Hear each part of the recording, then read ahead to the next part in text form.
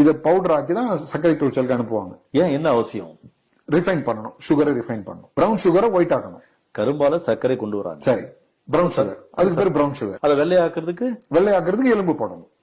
தயாரிக்கக்கூடிய சர்க்கரையில இவங்க பன்றியுடைய எலும்போ, மனிதனுடைய எலும்போ, நாயுடைய எலும்போ எல்லாமே கரைச்சி அதை பவுடர் ஆக்கியா போடுறாங்க. ஆமா, அதுதான் சிஸ்டம், அதான் ப்ராசஸிங். போடுறாங்கன்னா அரசாங்கத்துக்கு தெரியாதா என்ன? தெரியும்.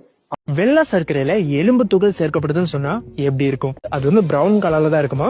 சோ இந்த பிரவுன் கலரை ஒயிட் கலர்ல மாத்துறதுக்காக இந்த போன்ஸ் யூஸ் பண்றாங்க, ப்ராசஸ் பண்றாங்க. அப்ப சுகரும் வெஜ் கிடையாது. நாம சாப்பிடுற சர்க்கரையில மனிதர்களுடைய எலும்பு துண்டுகளை கலக்குறாங்கிறது உங்கள எத்தனை பேருக்கு தெரியும்?